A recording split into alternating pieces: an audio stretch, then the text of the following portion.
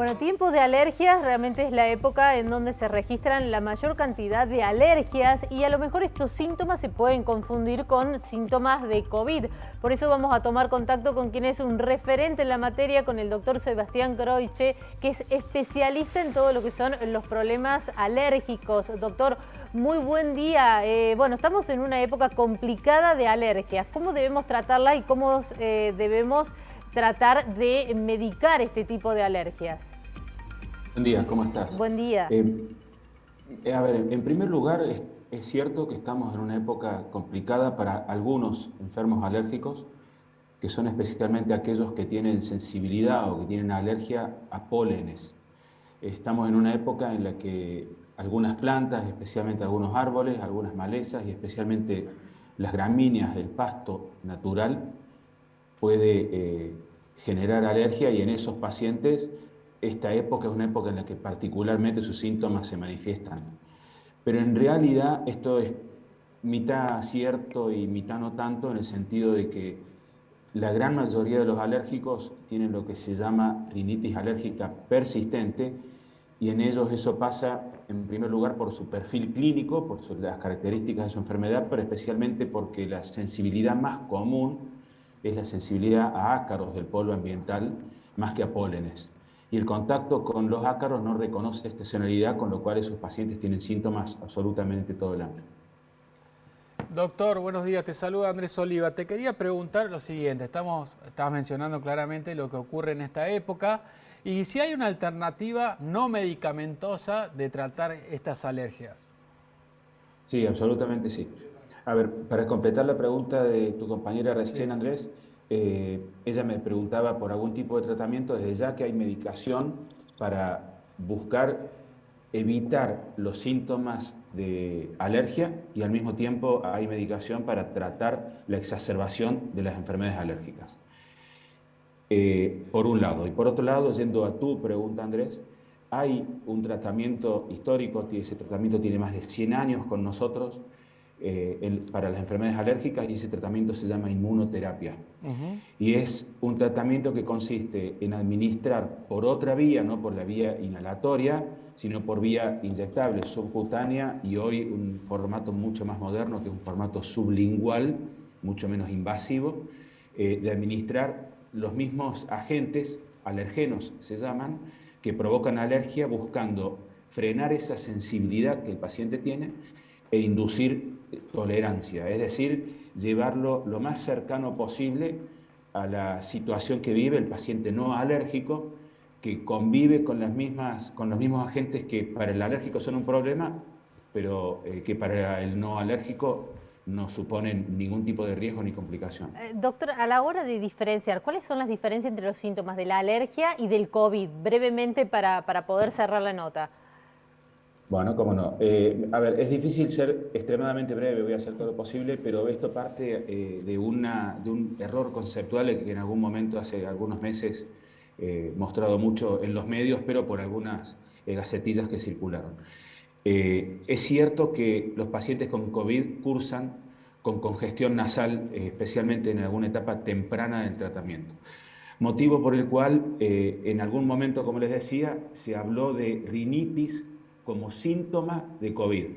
Y la rinitis no es un síntoma, sino que la rinitis es una enfermedad. La rinitis alérgica tiene 4 síntomas característicos brevemente: moco cristalino, nariz tapada, estornudos y la nariz pica. Y muy comúnmente esto asociado a asma, porque es parte de la misma enfermedad en general.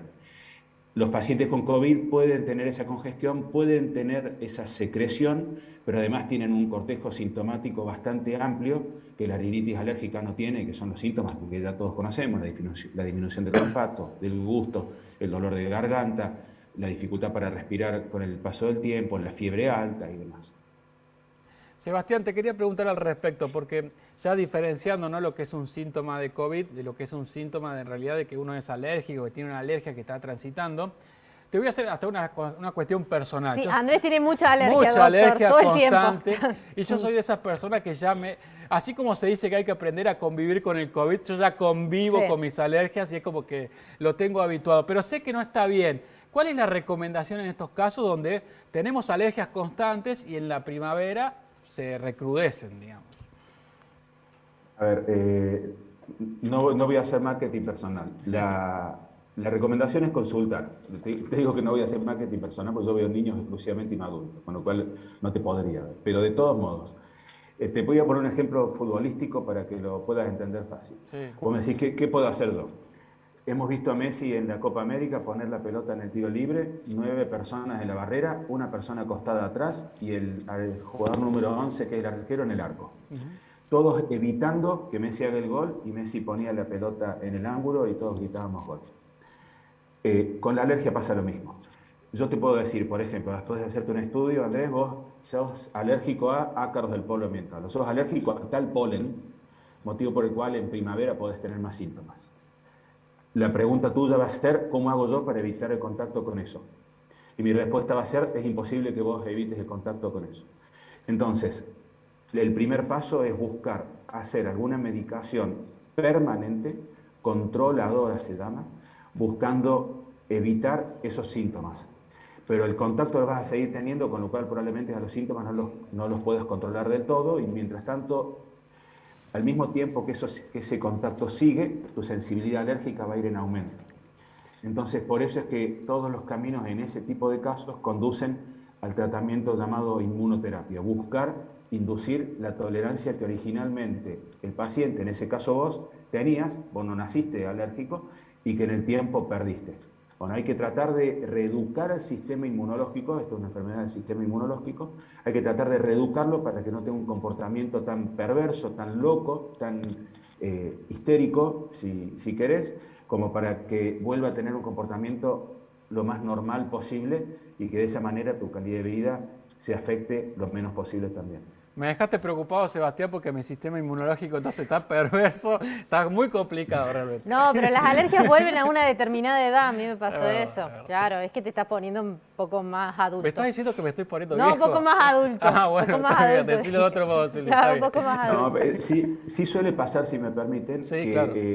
A veces, muchas veces, los pacientes se van acostumbrando a convivir con su problema. Claro. Entonces empiezan a subestimarlo porque no tienen con qué compararlo. Y ahí radica una diferencia importante entre la rinitis y el asma, aunque en el fondo terminan siendo la misma enfermedad. Los pacientes riníticos, no menos del 80%, tienen síntomas absolutamente todos los días de su vida. Entonces, como tienen síntomas siempre, están acostumbrados a convivir con eso, con lo cual no reparan en su enfermedad, porque es lo de todos los días, no lo pueden comparar con un día normal mío que no soy alérgico.